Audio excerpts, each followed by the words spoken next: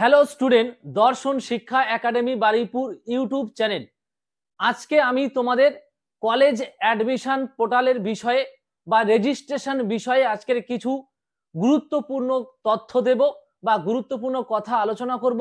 প্রত্যেক ছাত্রছাত্রী তোমরা প্রথম থেকে শেষ পর্যন্ত দেখবে, কেউ স্কিপ করবে না। আর যে সমস্ত ছাত্রছাত্রী আমার চ্যানেলে নতুন থাকবে প্রত্যেকে সাবস্ক্রাইব করে রাখবে, এরকম নতুন নতুন আপডেট প্রতিটা মুহূর্তে তুমি পেয়ে যাবে। West Bengal centralise portal admission 2024, এই পোর্টালের ভিত্তিতে যে সমস্ত স্টুডেন্ট তোমরা অ্যাপ্লিকেশন করেছিলে, তোমাদের মেরিট লিস্টে নাম আসার পরে তোমরা অনেকে কলেজে ভর্তি হয়ে গেছো এবং বেশ কিছু ছাত্রছাত্রী ছিল যে যাদের কলেজ পছন্দ হয়নি বা সাবজেক্ট পছন্দ হয়নি। এই রকম কিছু স্টুডেন্ট ছিল যারা আবার অ্যাডমিশন ক্যান্সেল করে কলেজ পোর্টালে আবার সরাসরি কলেজ ভর্তিতে অ্যাপ্লিকেশন করেছিল। আবার তাদের মেরিট লিস্টে নাম আসার পর আবার তারা অ্যাডমিশন নিয়েছে বা এখনো অ্যাডমিশন প্রসেস চলছে অনেক কলেজে। এবারে তোমাদের প্রশ্ন হলো যে স্যার, আমরা তো অনেক কলেজে অ্যাডমিশন ক্যান্সেল করতে যাচ্ছি, অনেক কলেজ আছে যারা ক্যান্সেল করে দিচ্ছে না, বা অনেক কলেজ আছে যারা গিয়ে বললে অ্যাডমিশন ক্যান্সেল করে দিচ্ছে। যাদের অ্যাডমিশন ক্যান্সেল করে দিচ্ছে না তাহলে তাদের উপায় কি হবে বা তাদের কি করণীয়, সেই সমস্ত বিষয় নিয়ে আজকের এই ভিডিওটি তৈরি করছি।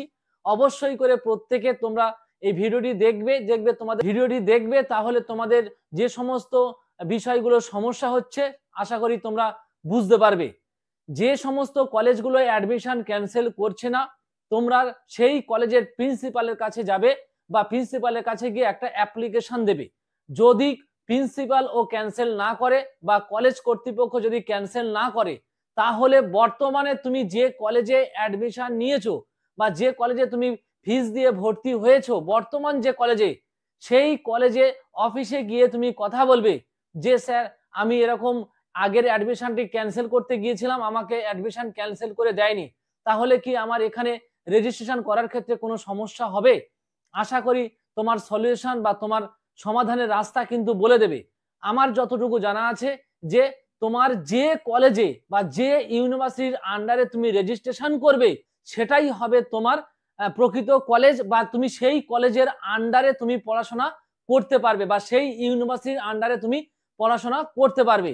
আর ক্যান্সেল যদি করতে পারো অ্যাডমিশনটি, তাহলে যদি তোমাদের ফিজ রিফান্ডের কোনো আপডেট দেয় বা নোটিশ পাবলিশড হয়, যারা সরাসরি কলেজ ভর্তিতে অ্যাডমিশন ক্যান্সেল করছো, আগের অ্যাডমিশনটি যেটা ভর্তি হয়েছিলে, বর্তমানে যে অ্যাডমিশনটি করেছো সেই অ্যাডমিশনের কথা আমি বলছি না, আগে যে অ্যাডমিশন করেছিলে সেই অ্যাডমিশনটি ক্যান্সেল করলে যতটুকু ইনফরমেশন ছিল যে টাকা পাওয়ার সম্ভাবনা বা রিফান্ড পাওয়ার সম্ভাবনা কম ছিল, যদি উচ্চশিক্ষা পর্ষদ আবার নোটিশ পাবলিশ করে যদি তোমাদের বিজ্ঞপ্তি দেয় যে না, আগের অ্যাডমিশন যারা ক্যান্সেল করেছে প্রত্যেকেই টাকা রিফান্ড পাবে, সেক্ষেত্রে তোমার টাকা রিফান্ড পাওয়ার সম্ভাবনাটা বেশি থাকবে।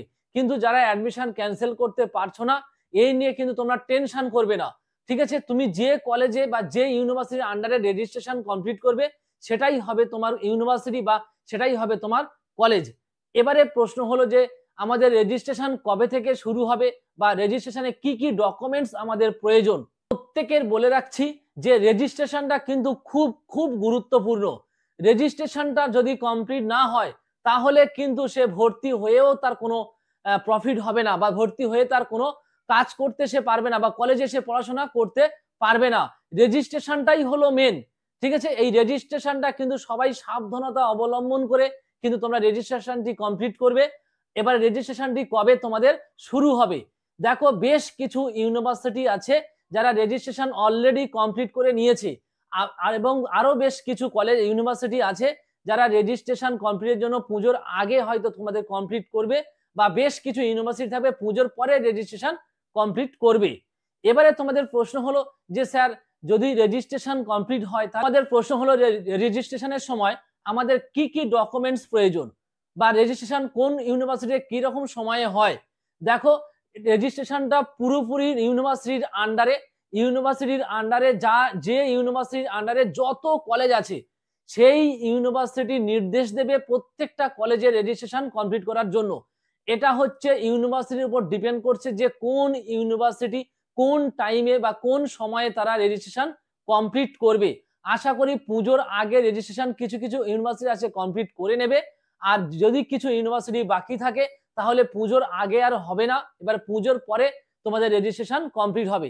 এই রেজিস্ট্রেশনটি কমপ্লিট করার সময় প্রত্যেকের বলে রাখছি যে তোমরা কিন্তু নাম, বাবার নাম, ঠিকানা বা তোমার যে রোল নম্বর বা যে ইয়ারগুলো যেখানে তোমার ফিল আপ করতে হয় বা আধার কার্ডে যে নম্বরগুলো ফিল আপ করতে হয়, প্রত্যেককে বলবো, বা যে সাবজেক্টগুলো তোমার ফিল আপ করতে হয়, তুমি কি কি সাবজেক্ট নিয়েছো, সমস্ত কিছু তথ্য কিন্তু খুব সাবধানতা অবলম্বন করে ফিল আপ করবে। রেজিস্ট্রেশনে যদি কোনো কিছু ভুল হয়ে যায় তাহলে কিন্তু ওই ভুলটাই তোমার থেকে যাবে, ভুল সংশোধন হবে। সংশোধন হবে না বলে এরকম কোনো কথা নেই, সংশোধন হবে, কিন্তু সেই সংশোধন করার ক্ষেত্রে অনেক কিন্তু তোমাদের সময় সাপেক্ষ এবং অনেক কষ্টসাধ্য। এই জন্য তোমাদের আমি অ্যাডভান্স বলে রাখছি যে প্রত্যেক ছাত্রছাত্রী তোমরা রেজিস্ট্রেশন করার আগে বা রেজিস্ট্রেশন করার সময় কিন্তু প্রত্যেকে কিন্তু ভালো করে কিন্তু সবকিছু তোমাদের মানে প্রত্যেকটা নামের বানান প্রত্যেকটা বিষয় কিন্তু ভালো করে দেখে নিয়ে তবে কিন্তু তোমরা জমা দেবে, বা অনলাইন যদি হয় অনলাইনে তোমরা সাবমিট করবে। এটা কিন্তু প্রত্যেককে আমি বলে রাখছি, সবাই কিন্তু খেয়াল রাখবে।